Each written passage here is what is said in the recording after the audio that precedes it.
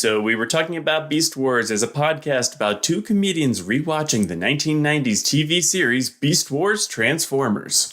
Although we are discussing a children's television show, the podcast itself is not intended for children.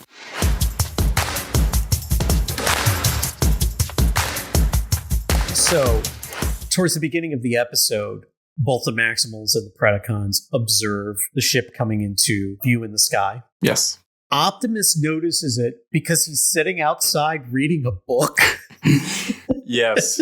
Gorilla Optimus lounging outside at night with a book is one of the funniest things I have ever seen. It was really hilarious. That paired with his as he sees the object made the episode for me. Okay, so that stuck out to me too. And I was immediately like, all right, is this apeshit or bullshit? I think we need to get somebody in here, Andy. Was somebody talking about me?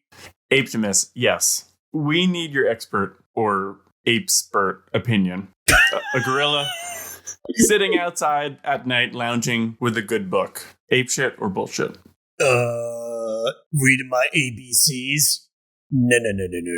I wouldn't be doing that.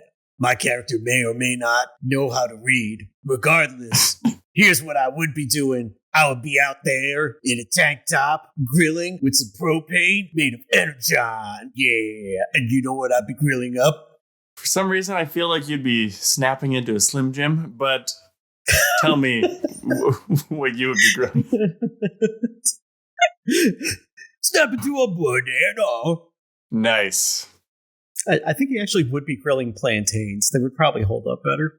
Yeah, you're exactly right. You could grill or fry a plantain. That's going to hold up all right. You heat up a banana, it gets mushy. So you could do a pudding. You could do banana bread. Those are some things you could do if you're going to heat up a banana. But you want to toss something on the grill, it's got to be more on the plantain side of the family. Mm-hmm. Oh, yeah. No, that makes sense. Hey, Apetimus, real quick, what are some of your favorite foods? Are they, like, all banana-based? Listen, I know I talk a lot about bananas on the show. You could say I go apeshit for them. I go bananas for bananas, you could even say. Oh. But that's not all. I like to snap into a Slim Jim.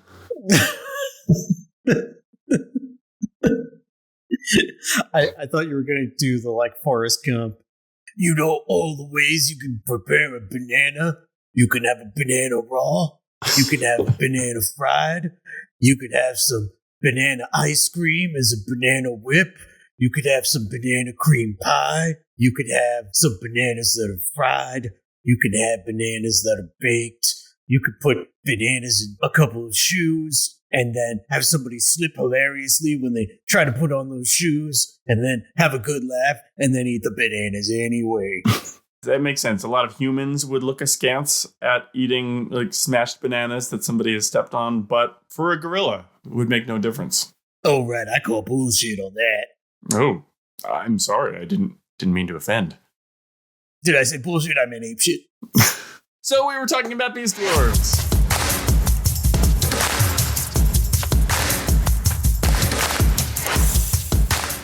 Listen, I gotta tell you, they're not tuning in because they want to hear you or me. Yeah, I mean, Apetimus is the real draw. You know that, I know that. Unfortunately, Apetimus knows that.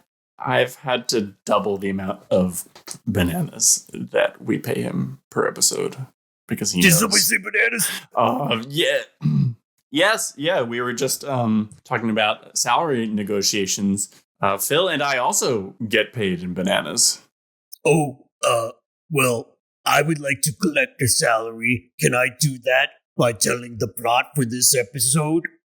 Yeah, Optimus, if you want, you can do the recap for us.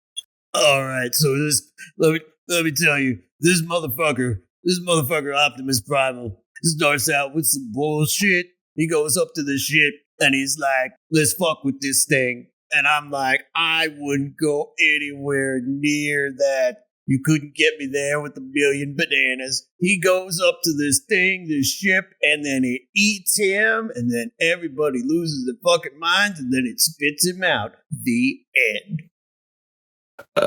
I'm not going to call bullshit per se, but I will say there are a couple of other things in the episode that I think are worth talking about. Thank you, Apetimus, for getting us started. If you head back to the green room, I think you'll find some bananas waiting for you there. All right, cool. Thanks. Can you guys send me a W-2?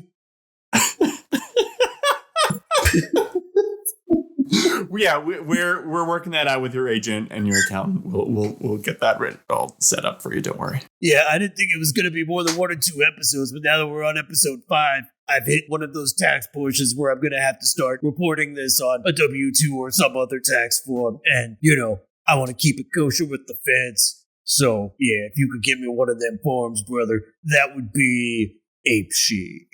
You got it. Phil, I think I heard that Apetimus, he just takes care of his taxes through Ape and Our Block. Oh, God.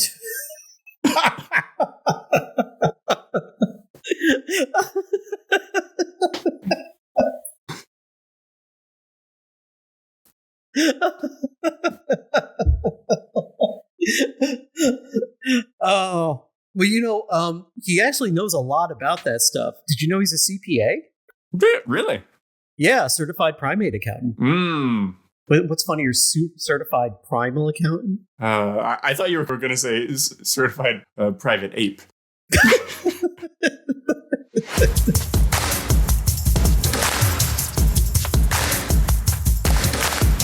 Hello, everybody. My name is Andy Hunter. And I'm Phil Thomas. Welcome to So We Were Talking About Beast Wars. Today we're talking about Season 1, Episode 5, Chain of Command. Yeah, this is where we start to get into it, huh?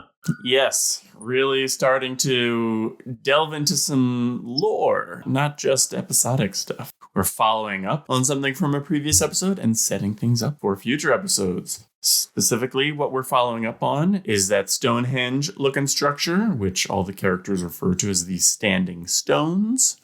Rhinox is like, well, this is definitely not a natural formation. Okay.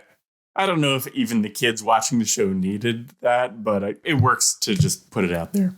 Yeah, they might need to set the table for some of the younger viewers.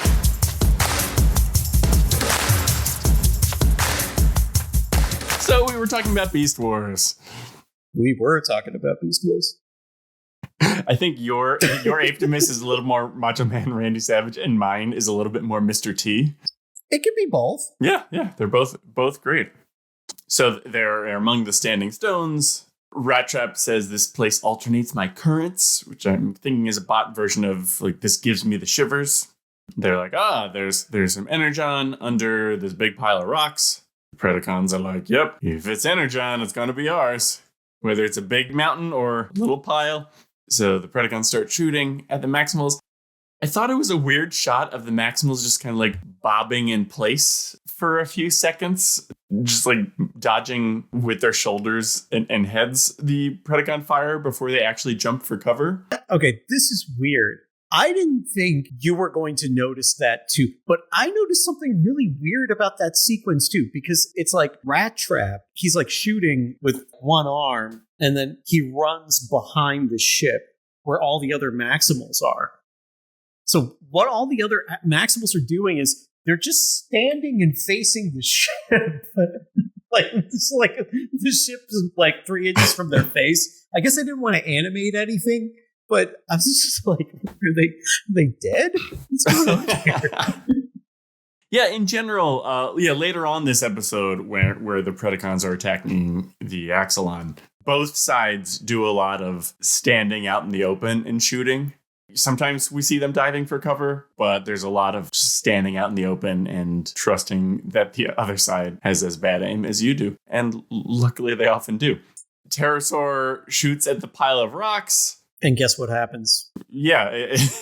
Big explosion. Great shot of Rhinox being blasted away. I sent you a text. Oh, yeah, I think I'm going to make this my Windows background. That's pretty dope. It was a pretty dope screenshot. Yeah, and we haven't confirmed that shot. It wasn't just a very powerful missile launched by Pterosaur, but rather it ignited the Energon.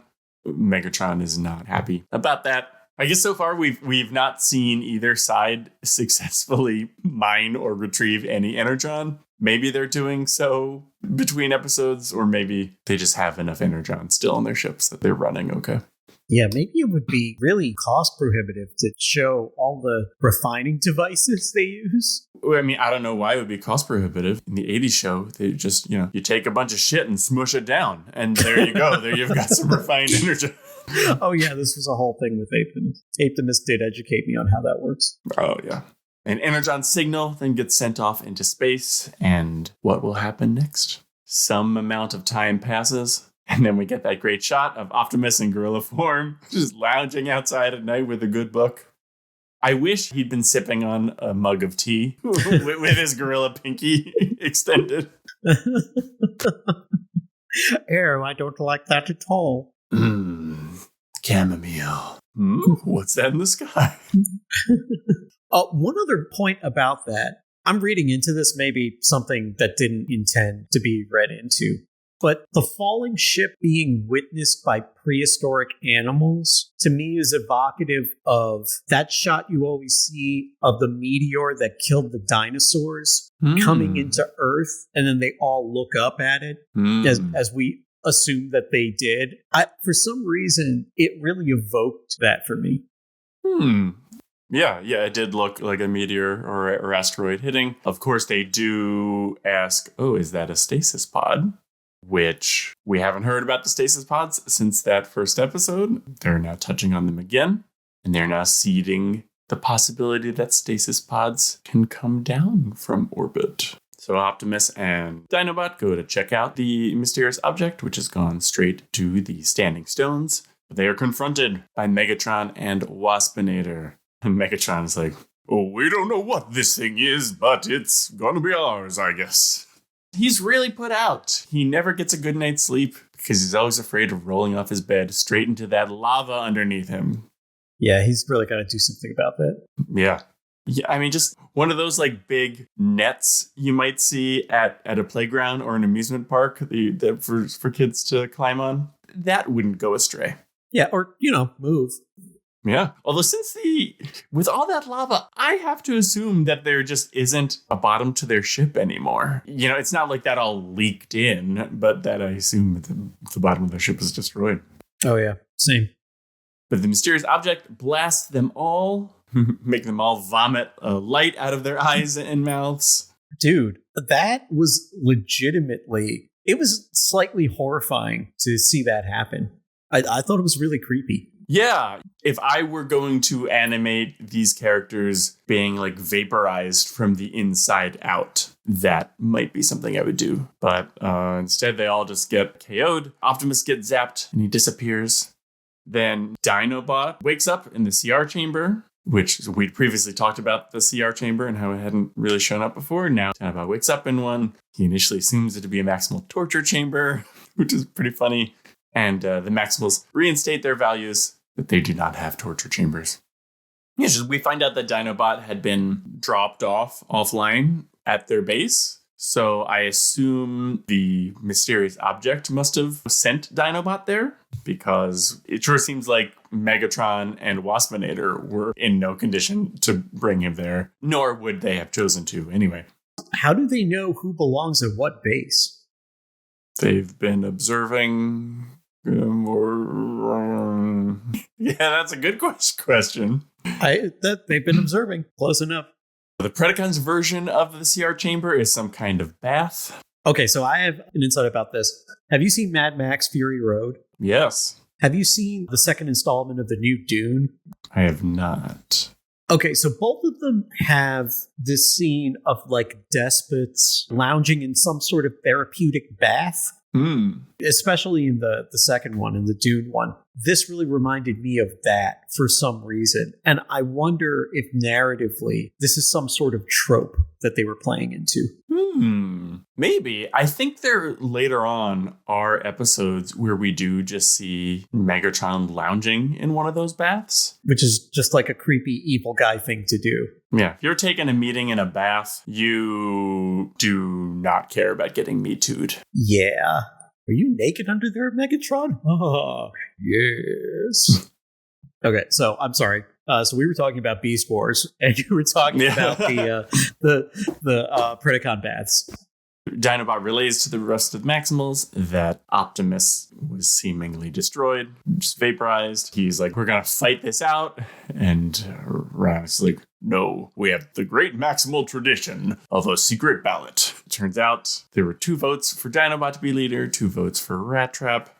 I have a guess who the second person to vote for Dinobot was, but who do you think it was? Okay, this is an awesome conversation. But before we get to that, let me just interject. My favorite thing that is said in this episode is when it comes out to a tie, Dinobot says, "Great system, your democracy." I heard him say that and I was like, okay, this show is fucking awesome. A takedown of democracy by Lincoln Drake. It's so like there's so many things you could read into that about like, you know, Decepticons, Maximals and like parties in politics. I just thought that was very, very funny. Yeah, and very in character for Dinobot too. Yeah, but like politics, I didn't know he was down like that. Well, seems like he's not really down for politics as much as just like, my politics are the strongest person gets to be in charge, especially when I feel like I'm the strongest one in the room. Oh, yeah, that's a good point. So he's like, he submitted to this and then it came out with a non-vote. Okay, so let's get back to your initial question. 2 votes for Dinobot, 2 votes for Rat Trap, right? Yes. We're assuming the Dinobot voted for himself and Rat Trap voted for himself. Yeah. So we're choosing between Cheetor and Rhinox. Yes. For some reason, and this is insane, in the moment when I was trying to figure it out, I assumed that Dinobot voted for himself, that Cheetor voted for Rat Trap, that Rhinox voted for Rat Trap, and that Rat Trap voted for Dinobot because Rat Trap didn't actually want to lead. I guess that could have been, but he didn't want to actually admit that he didn't want to lead. Right. That would make sense. Assuming Dinobot and Rat Trap had each voted for themselves, I was guessing that Rhinox voted for Rat Trap, since, as we'll later learn, I don't think they've said it so far, but we'll later learn that they're best friends. And that Cheetor voted for Dinobot, maybe because Cheetor was remembering, oh yeah, Dinobot in the last episode gave me that pep talk and believed in me. That makes the most sense narratively. Although, of course, the episode before that, Rat Trap was the one who really saved his bacon from the web. Oh, that's a good point. Let's make the case for everybody. You just laid out the case for Cheetor voting for Dinobot, right? Yeah. What's the case for Rhinox voting for Dinobot? He knows that Dinobot's not going to let it go. If we all vote for Rat Trap, Dinobot isn't going to accept it. So maybe we just vote for Dinobot, make it legitimate, and get it over with. Makes a lot of sense to me. But anyway, Dinobot's like, fuck democracy, and blasts Rat Trap. Oh my god. But then Optimus calls them. He's luckily able to call them while he's disembodied. And he names Rat Trap to be in command right now. I like his line. I'm sure you worked out the chain of command peacefully. That was pretty funny. Though I would have guessed that Optimus would have picked Rhinox to be his second in command. Yeah, that's what's weird. It's kind of the rhino in the room. The elephant in the room is the rhino in the room. Like, he's obviously like the smartest and strongest one outside of Optimus. Yeah. As we often say, the person best suited to lead is the one who does not wish the mantle of leadership. Fair enough.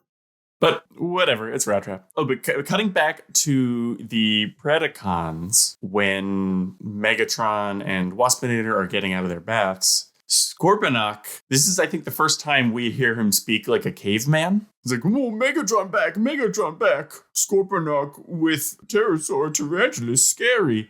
I think he, depending on the episode, either is able to use verbs and speak like everybody else, or he speaks like a caveman like this. Because the Scorponok in this episode does not sound like the same kind of person who said, report this to Megatron. Oh, but you're second in command. Well, then it's an order, you know? Yeah, which is a sly joke to make. Yeah. I found that weird. I don't know why I didn't write it down in my notes, but my take is they're still just trying to find out so much about who these characters are in the first few episodes. So maybe they were just trying this on for size and seeing how it went. Yeah, and who knows, there might not have been really a writer's room the way a lot of shows have, where even after one person goes off and writes a script, you then have the room get together and refine it so that it still overall has the same show voice. I think last episode we said if you were an animator on Beast Wars, reach out to us and we'll happily have you on the show. If you were a writer on Beast Wars, let us know. We would love to have you on the show and talk to you. Absolutely. beastwarstalk@gmail.com. Optimus, when he calls them, he totally is on the money with, okay, yeah, the Predacons are definitely going to attack because you're outnumbered now, which is the first thing Megatron says after he wakes up. He knows his enemy. Yeah. So the Predacons do attack. Rat Trap says, Rhinox, your job is to stay here and build a device that'll help us retrieve Optimus. The rest of us, let's go fight. I love that Dinobot does like a 30-foot flying kick at Megatron, which Megatron sees for like 5 seconds and just keeps running into it. I wrote that down too. That flying kick was so satisfying to see him do. And it was like a visual indication of how much they need Dinobot to counter Megatron. Yeah. Than many of the others are perhaps not. Whether it is in terms of temperament or just knowing Megatron or just about physical power, the Dinobot is their best match against Megatron, at least with Optimus gone. It's weird how much this parallels the beginning of season 2. Yeah, because that ended up being another time with Optimus seemingly gone. And yeah, the Predacons seizing that opportunity. There's also a lot of like body horror stuff going on with Optimus. He gets disembodied like regularly.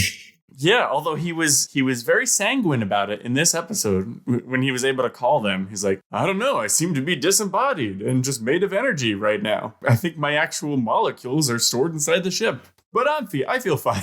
Yeah, he took that pretty well. Yeah.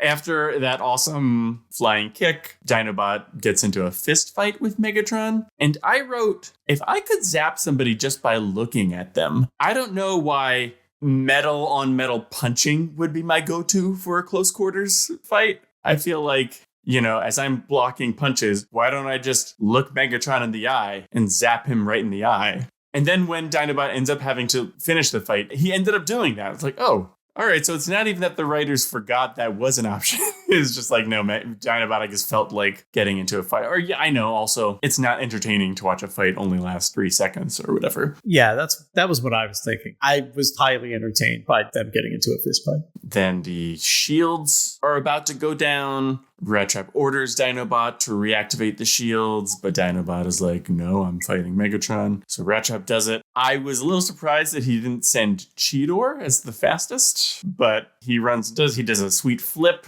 to shoot Pterosaur out of the air and then hit the shield button in one motion. So that was cool, but I was expecting it to take some degree of technical work to reactivate the shields rather than just pushing a button. Because if it's as simple as pushing a button, can't that be automated anyway?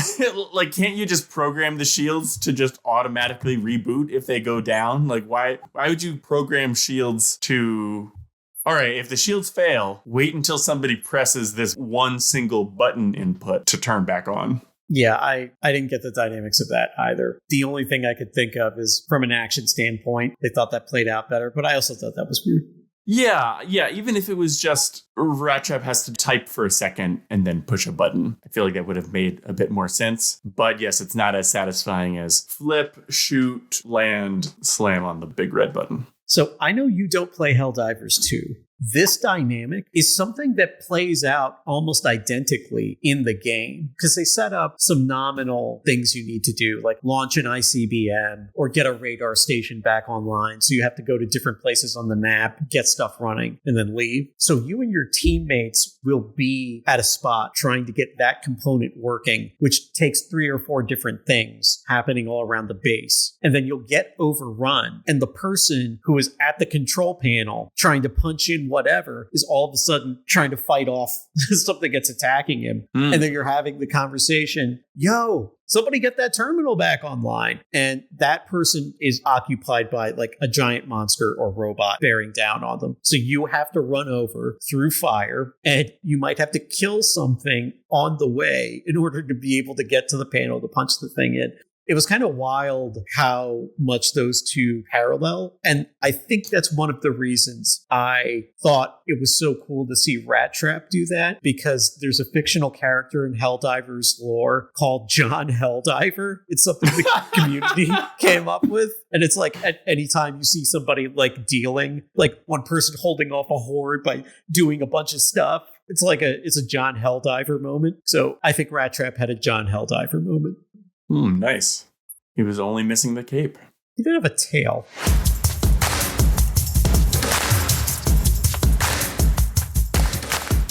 At the end of the fight, Dinobot blasts Megatron.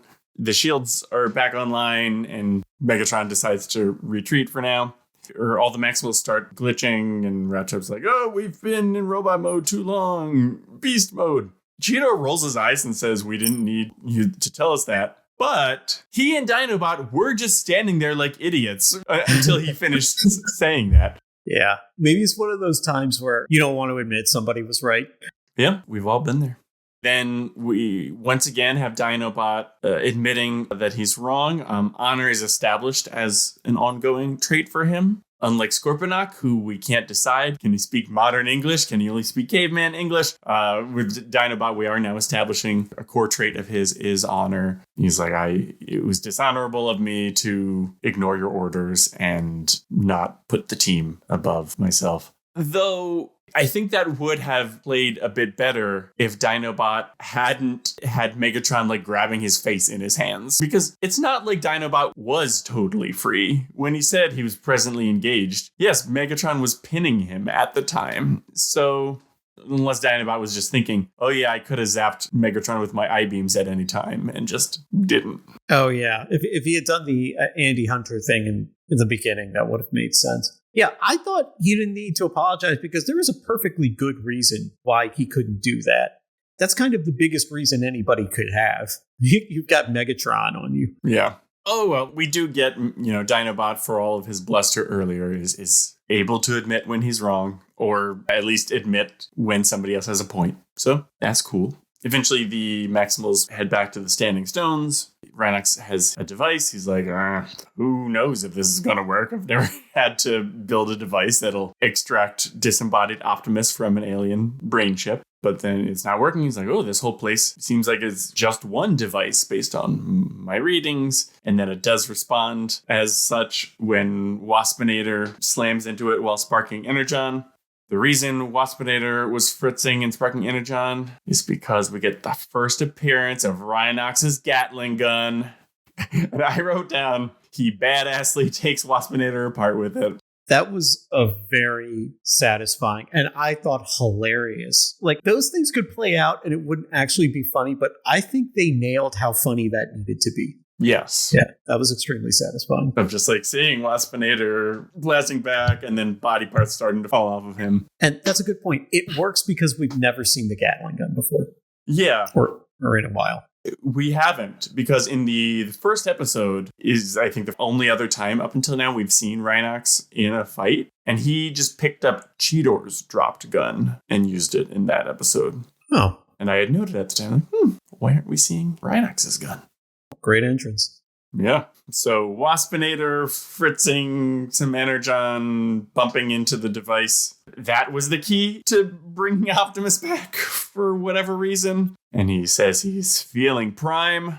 And he shows that, I guess maybe other than Rhinox, he's the only Maximal who can hit anything he shoots at because he, in quick succession, takes out all the other Predacons. And then the probe disappears. And the Muse, are these aliens monitoring them friend or foe? Optimus says, good question. I wonder when we'll find out the answer. Which to me is almost up there with let them be called Beast Wars as like a practically like fourth wall breaky. Well, I can't solve this mystery. Can you? Yeah, maybe we'll find out in 25 episodes. I think there's partway through the season, something comes up and talks to Optimus or something. Oh, yeah, there is something that happens in between. I take that back. Any other thoughts about Chain of Command? Yes. So, how many times do you think maximize was said, and how many times do you think terrorize was said? This is another Beast Wars bingo. I think terrorize was said 4 times, and maximize was said 7 times. I may have missed some. They were each only said 3 times. Okay, yeah. It's not always like the pilot where they just each take turns, like Megatron, terrorize, Optimus, Maximize, and they go back and forth. Sometimes you see one of them saying it, and then the others just silently transforming. Right. So in your head, you're like, each one of them said it. So like 7 people could have transformed when somebody said maximize. So that makes sense. Yeah. That's all I had. All right. Oh, I'll also point out, because I feel like there's a non-zero degree of overlap between Beast Wars fans and Star Trek fans. Chain of Command is the name of a well-regarded 2-part episode of Star Trek The Next Generation. So anyway, I don't want the Trek nerds to come at me. Don't worry, I too am a Trek nerd. I'm aware that this episode of Beast Wars shares a name with a famous episode of Star Trek The Next Generation. And both Optimus and Captain Picard get kidnapped by aliens. Indeed, they do. Coincidence? Maybe. Maybe each episode of Beast Wars is a ripoff of a Star Trek episode. Yeah. Yeah, the last one, Equal Measures, was a ripoff of the time, I guess, Geordi went off on his own and accidentally teleported inside a Romulan ship. Is there an accidental teleporter thing that happens? I'm sure that's like every other episode. Yeah, probably, but I'm not remembering one that's particularly analogous to Equal Measures. That's interesting. Like, I don't know that much Star Trek, so I can't read into that. But now that you mentioned those things, I bet there's a lot of Star Trek influenced stuff. Oh, yeah, for sure. I mean, certainly the generalities of our sensors are telling us this, and our ships have shields so that our ships can take several hits before they actually blow up. You know, like, unlike, I always compare in my head, Star Trek ship fights are the ships exchanging lots of shots, but the shields are absorbing it, as compared to Star Wars fights where all the hits directly hit the ships, and ships can only seem to take a few hits before they then blow up. So yes, there are certainly general like sci-fi parallels to The Next Generation. But yeah, let's keep an eye out for more direct callouts. And you could say there are a couple of, I'm assuming, high-level character traits that are similar between Picard and Optimus Primal. Yeah, and that they're both more scientists than they are fighters. But both strong leaders. They win people over thmathrough charisma and also good decision-making, I'm assuming. Yeah, also Captain Picard has a shotgun inside his arm that he uses whenever people get out of line. Oh, okay. Wow. Is Captain Picard going to have to choke a bitch? Is there an Apetimus equivalent for Captain Picard? Oh, Kirk, for sure. Oh, wow. Oh, that's pretty funny. So that will do it for Chain of Command. Thank you for listening. I've been Andy Hunter. I've been Phil Thomas. And now we have talked about Beast Wars.